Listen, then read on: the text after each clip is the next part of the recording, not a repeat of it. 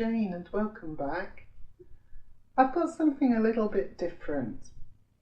Most of the videos I've done for Silhouette Studio concentrate on making cards because that's mostly what I've used it for.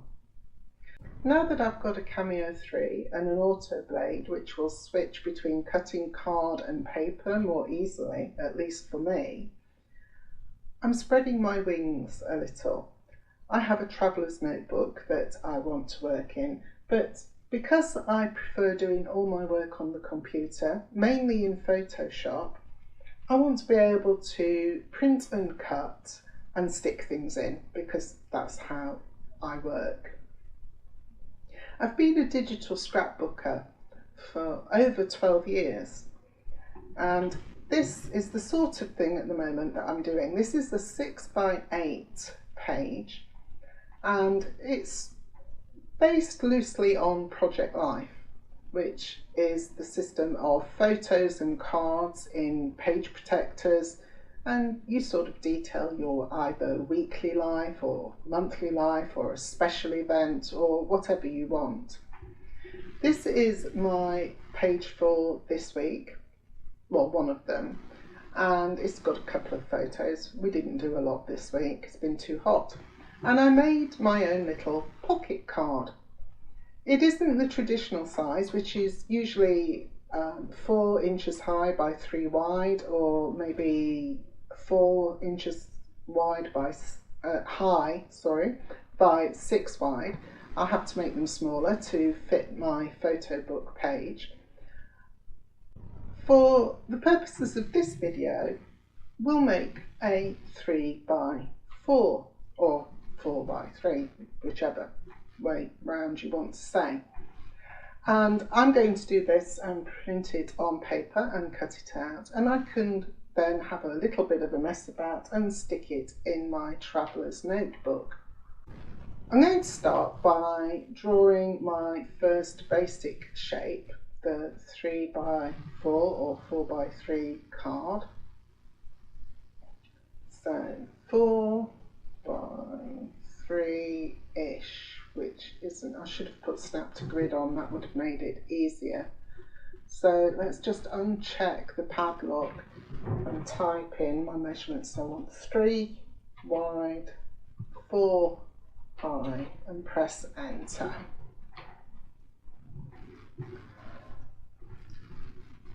I'm going to duplicate it and just throw it off to the side for the moment.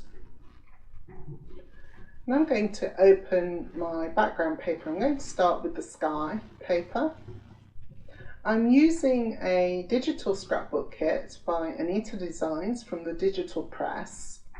I'll link to it below. I bought it a while ago. We don't do lots of going to the seaside lately, but I just liked the colours.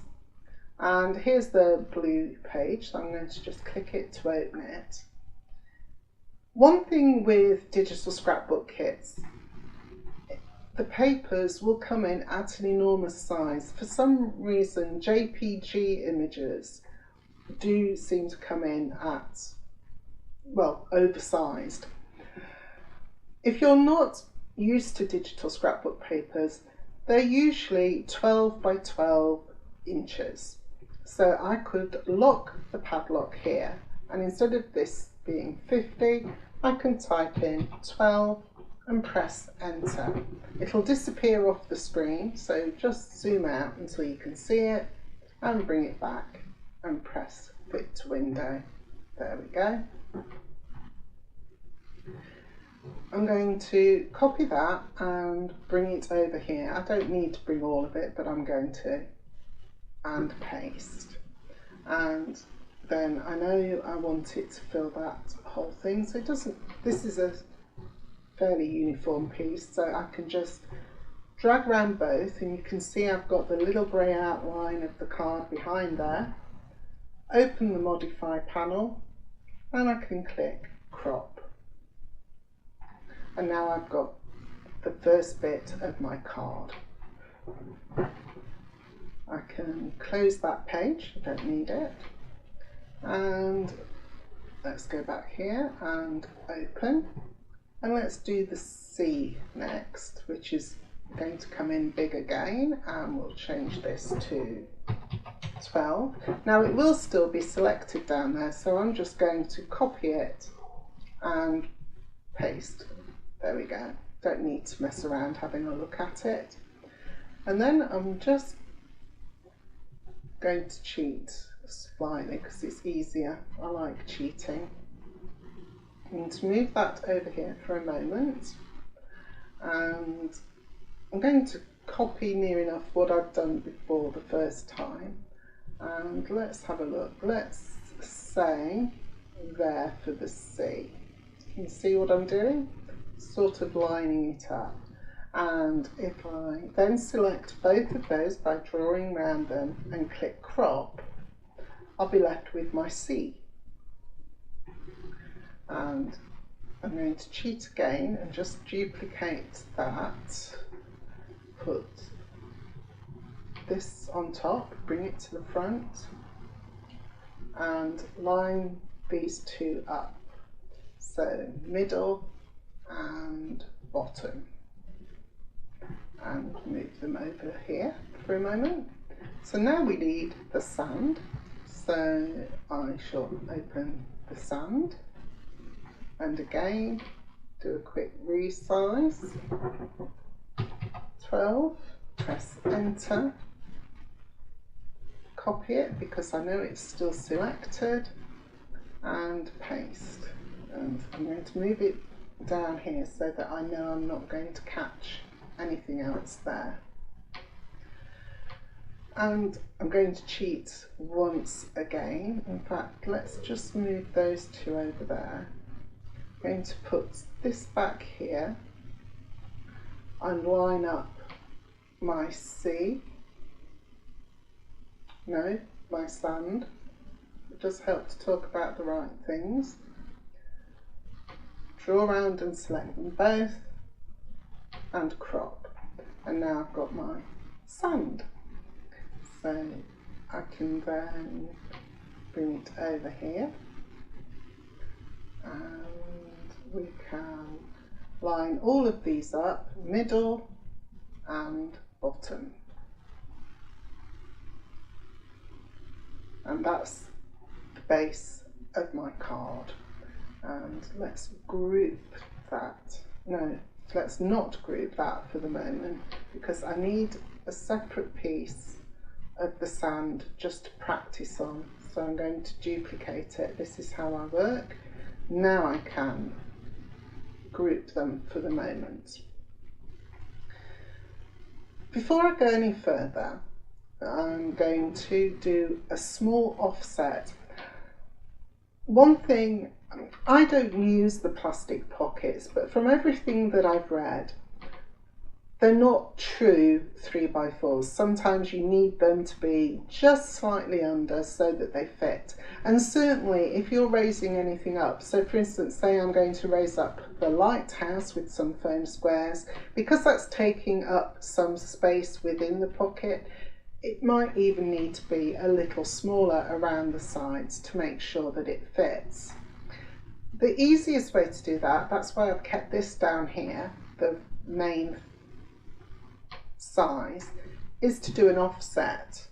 So let's close the modify panel for the moment and open offset, and I want internal offset, and how much is up to you. I think I did originally 0.1 because I only need a small one. It hasn't, or was it 0.3? I don't know, can't remember. Let's do 0.2 and click apply, and then I'm just going to close the offset panel, open my line and my fill. I'm going to fill that with white so that I can just grab it easily, bring it to the front with this command here, and then I'm going to line it up with the background, and I can do that with this quick center tool. I fill it with white because it makes it easier to select it, and now I can make the fill transparent and I'm just left with the cut line. If I zoom in, you'll be able to see that nice and clearly. Look, we've got no cut line around the original 3x4 because I don't want one. I've got one just inside. That's also a good idea because sometimes when you're doing print and cut, if you may get a white edge between where the colour finishes and it cuts.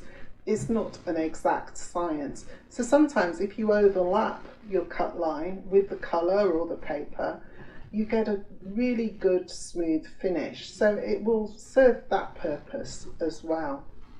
So I'm quite happy with that. So again, I'm just going to group those together so that if I happen to move it around, I know that they'll stay together. So that's my background done. Let's start with the lighthouse, and we'll copy it and bring it over. Paste. You can see for some reason the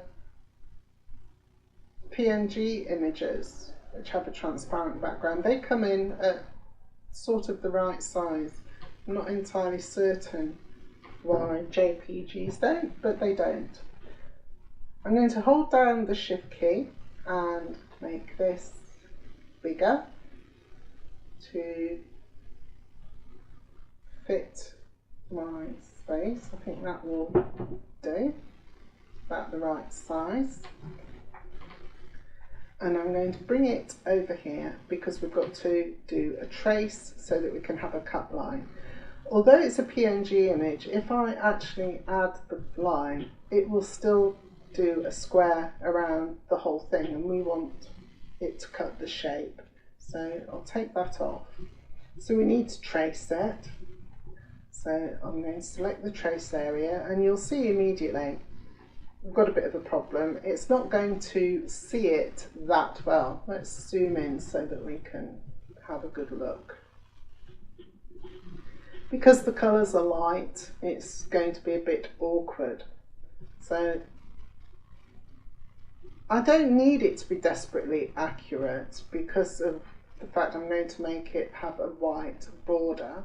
So I'm going to take it all the way up to 100, and I'm going to click Trace Outer Edge. That means it won't do all that bit at the middle where the light is.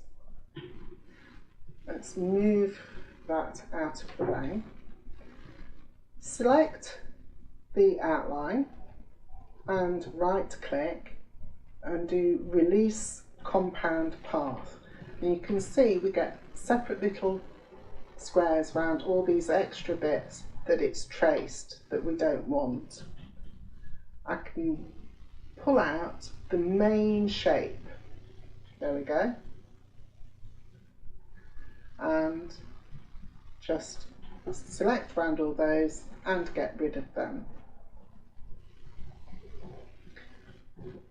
So that we can see this easily, let's fill it with some black, and we can then see how close we are to our original, which is not much. So let's bring this here so we can see it. Put the transparency up, oops, put the transparency up a little bit, and there. So we'll just line it up sort of, and you can see that's great, that will do. But I want a white border, so we need to open the offset panel again. And we'll have an offset of whatever I think looks right at the sort of time. 0.5. I think we might go for that. That will do. Apply. I'm going to fill that with white and make sure it's at 100%. Can get rid of the black, and I can move that across, bring my lighthouse to the front, and use the line up Command there, and there we go, done the lighthouse. So I can group that together. I don't need that. Well, I say I don't need that. If you're ever thinking of reusing any of the things that you trace, save them, I don't know, in some separate file just called random shapes even, because it does save you having to keep tracing things if you think you might use them again. I've got it saved somewhere else, so I don't need it today. I'll just do a quick flip to window and zoom in one, and there we go. That's the lighthouse. Now I'll do let's do the boat. The boat was also a bit awkward, so we'll copy the boat across so we can get the size first, and hold down the shift key and zoom, not zoom, just drag until you've got the size that you want. Oh, what a good guess that was. And we'll put it about there. That fits, doesn't it? So that's the right size, and we need the white around it, so let's bring it down here, zoom in, and we can do our trace. I'll zoom in so we can see it well. So again, we'll do the select trace area. We'll have the same problem because it's light colours. In fact, it's not even registering at all. So let's just zoom it all the way up. We'll get some extra bits that we don't want, but that's okay. And trace outer edge. And I think I did have to mess around with this one a little bit more, but you'll see it's not that hard. Right click, release compound path. You can see that some of them here, they're not releasing because they're still joined. And that's okay. Let's just take out what we want and we'll get rid of what we don't.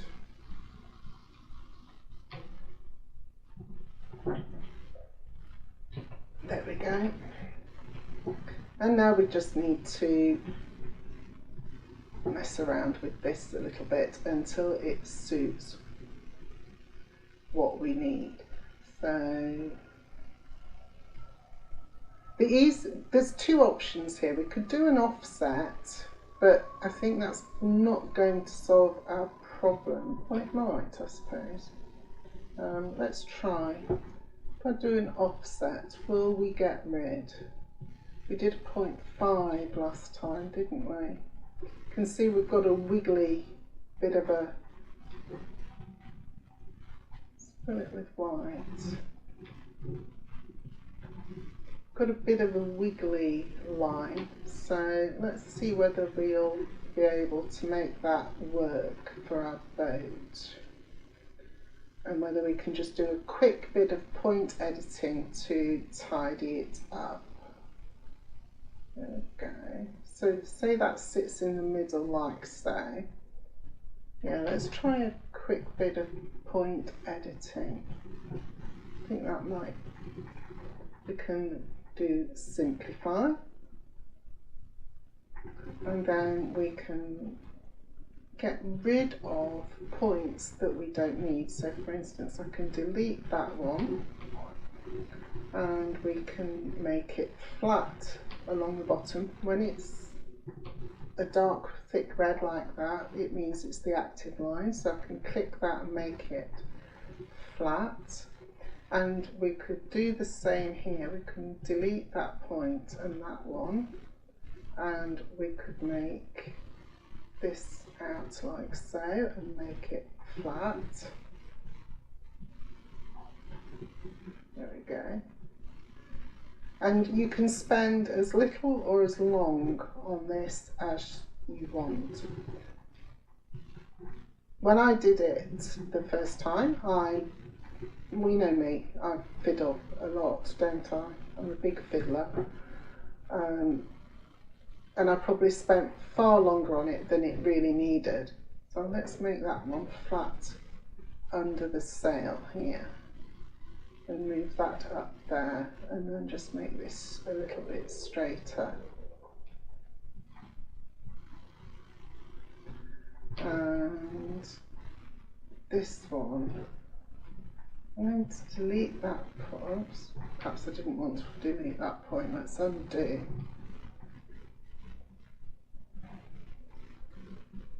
I think we should go out like so. Bring that in. There we go. And we can get rid of some of these. We don't need all of them. And just go for one and just bring it in, make it a curve and make it smooth. There we go. And at the top here we can bring this in, bring this one down like so, and we can get rid of some of these down the side as well. And this one reason why I say, when you've worked on an image like this and you think you may want to use it again sometime, save it. Don't let all your work go to waste. Alright, let me make that a curve again.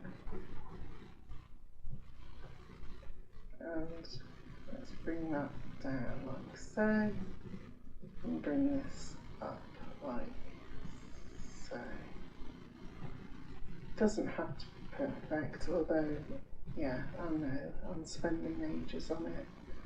But you know what I'm like. I've got to have it looking relatively good.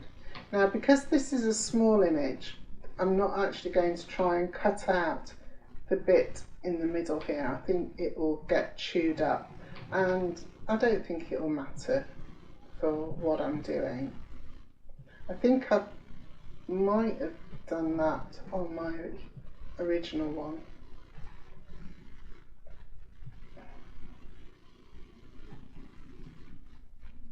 Right, now I've got to decide if I'm going to try and take a bit out under this here. So let's put an extra point in and just grab it like so and swing that. I don't know how well it will do because it is a small image, but it might do it, so we'll see.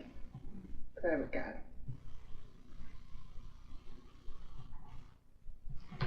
Right, that will do.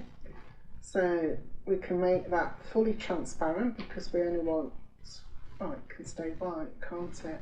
And we can send it backward behind the ship, and we can group that together, and that's that job done. And that's our ship. We can get rid of that. And now we're just left with the banner and the text. So let's do the banner first because that's the easiest. And we'll copy it across, paste, and I want to change it so it's facing the other way. So I'm going to hold my shift key and drag it round, and then line it up sort of like so, and grab the corner, hold the shift key and resize it to about that. Is that about the same? Oh yes, it's not far off, is it? There we go. And it's going to be about there, that's where it will fit. Let's zoom in.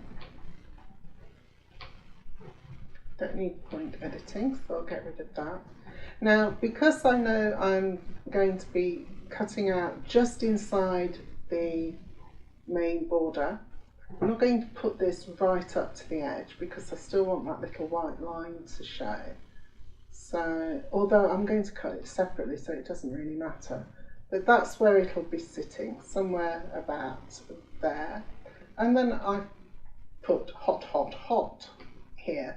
You can put whatever text you like, but I'll show you how I did mine. And we want our text tool. I want it filling. I did blue. I think I did dark blue.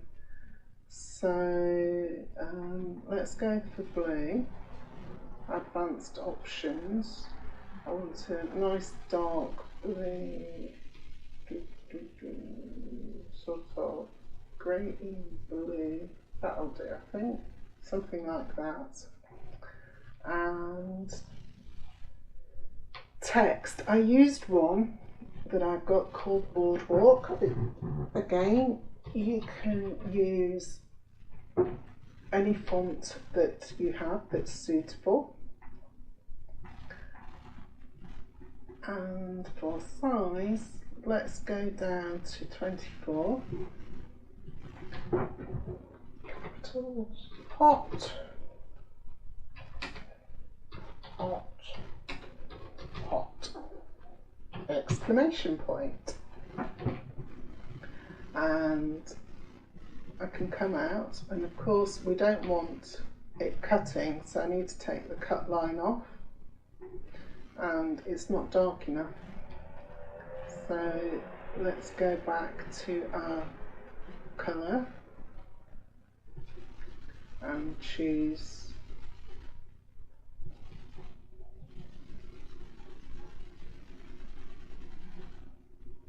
something nice and dark.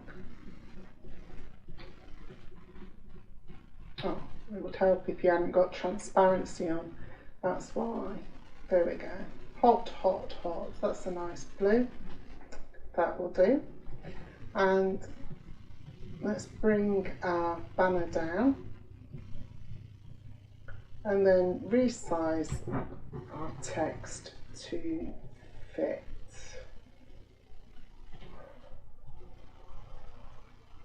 And then sort of centre it, which should be about there. Okay. Now, of course, I need a, let me just do that.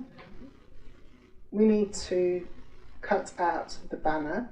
I'm not even going to bother trying to trace it. In fact, let me move, oops, I didn't want point editing.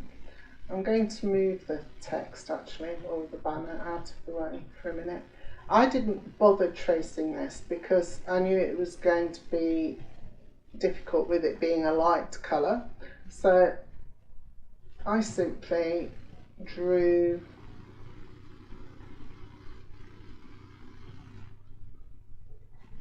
my rectangle,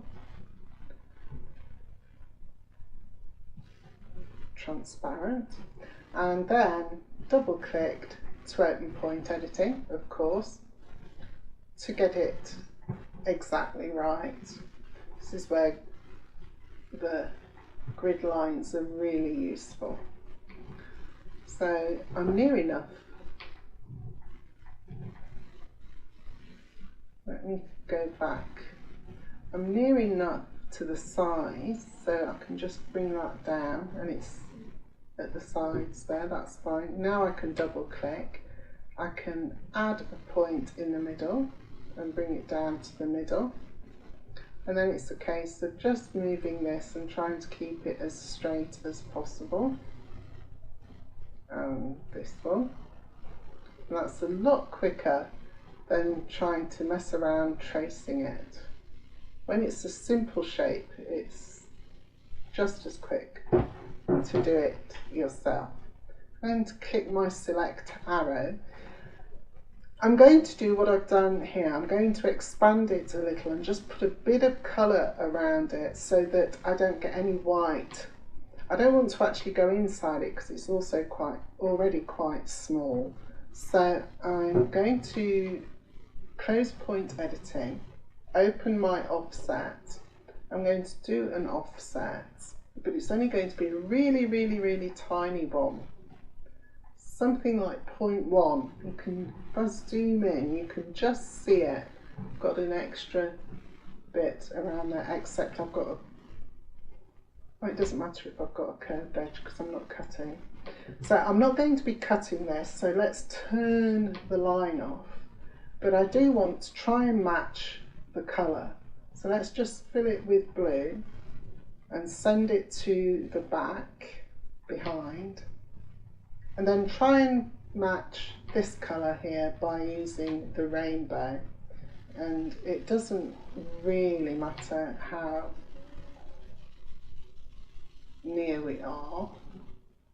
So there we go.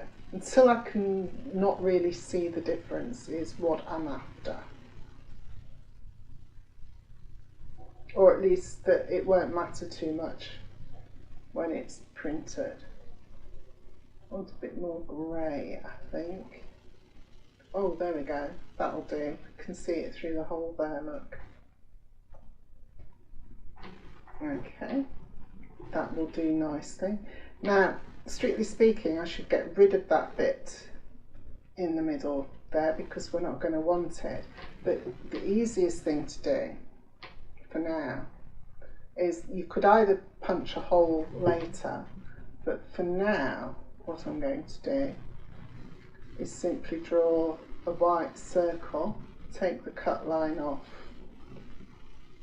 put it over there, and then send it backwards, and at least it looks white now, so I can live with that. Group that together, bring my text over, and my text and my banner are going to print together, so I can put that on top, like so. Right. No, it looks like I've got spaces there, doesn't it? That'll do. So let's group that together and put that there. Like I say, we can punch that with a little crocodile, big bite or whatever, or we could just leave it white, it won't matter. So that's that bit done. For the date, I just did the same font underneath, so you can do whatever date you want, and I'll do the same as I did before. So let's do Boardwalk again.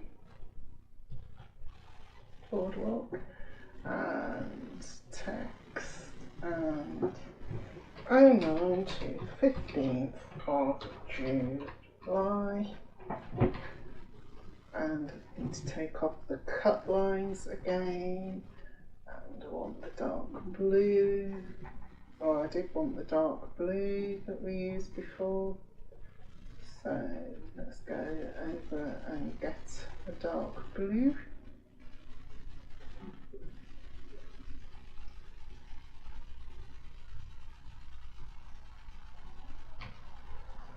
I should have saved the colour from last time, shouldn't I? Never mind. That'll do. And then we need to resize it to fit underneath, like so. And I had my lettering. I had my text lining up all together. There we go. This is where I needed this bit for practice. The one that I did in Photoshop, I tried to make it look like it had been written in the sand. It's not easy to do that in Silhouette Studio, so I did it in browns with a bit of a shadow, and it works. It still looks like sand and it's not bad. So this is your little practice piece. I used a different font. If I remember rightly, I used one called True Crimes. you want something that's quite bulky so that it gives a good offset to get that shadow behind it. And we'll go for a brown colour and text, and let's try week 27, and let's take the line off, and it's a little bit too brown, if there is such a thing. There we go. Take it down the saturation, not bad. And I don't need the textile, so I'll just close that for the moment. And I want my offset panel again. And we get really big shadows, but that's okay.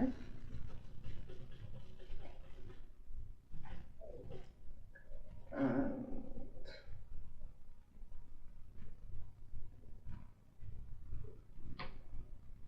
that might do. Apply.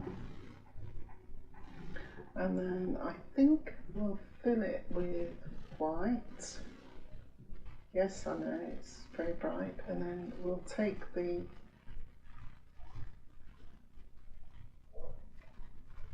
transparency up, and we'll take the line off because we don't want the line, and we need the transparency down again because it's can't see it.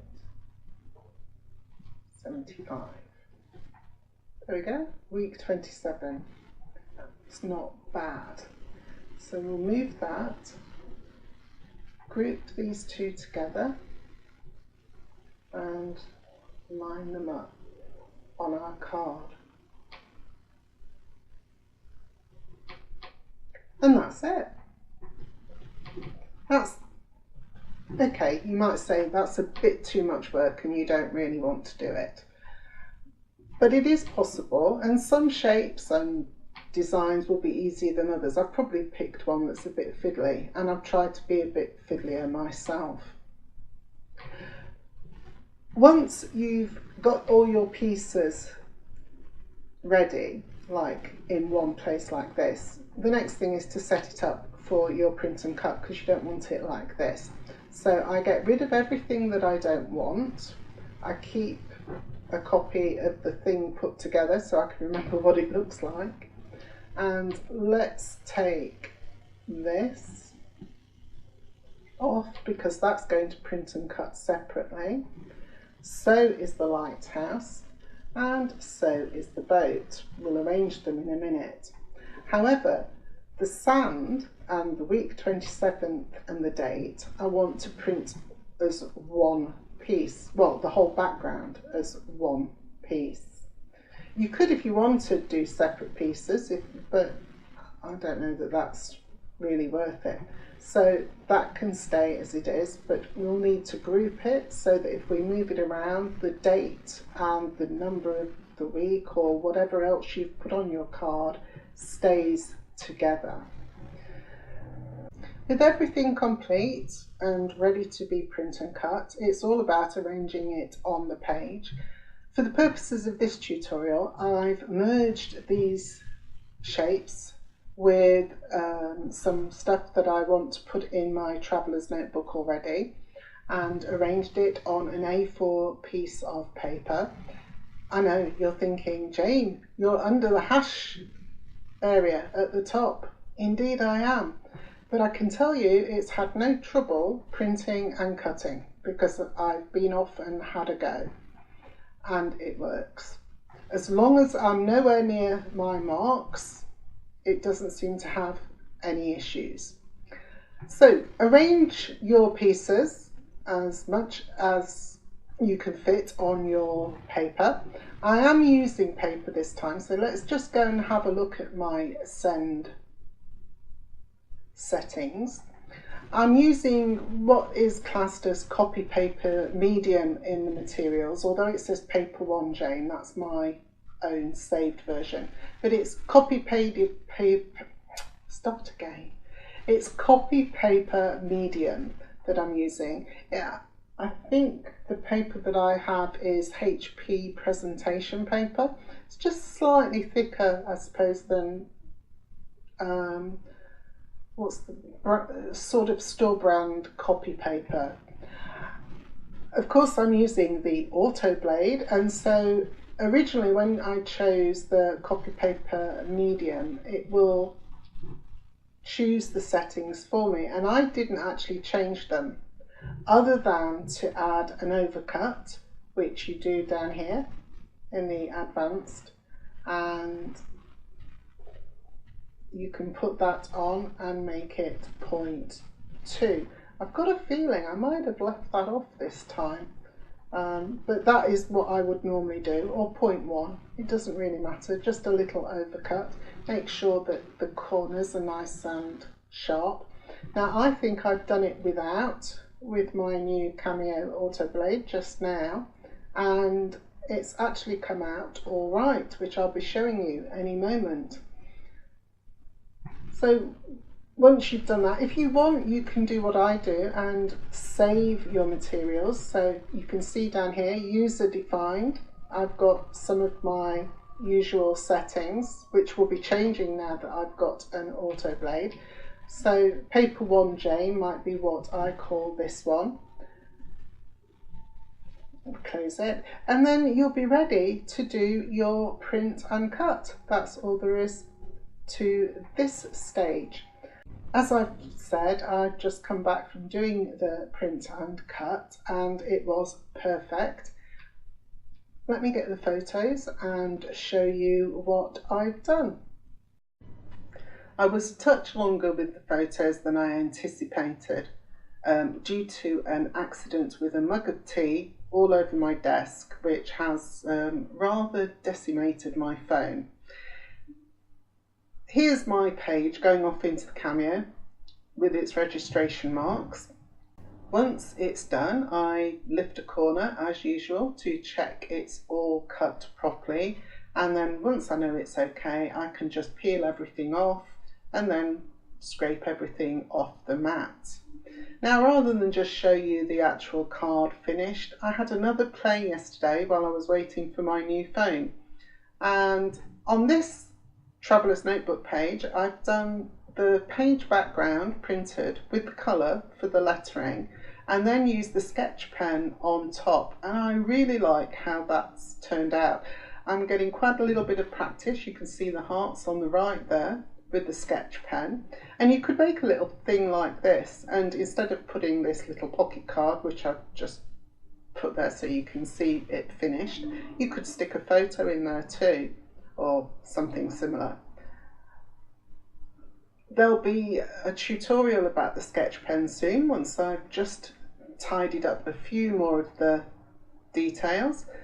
Until then, thanks for watching, and I'll see you all again soon.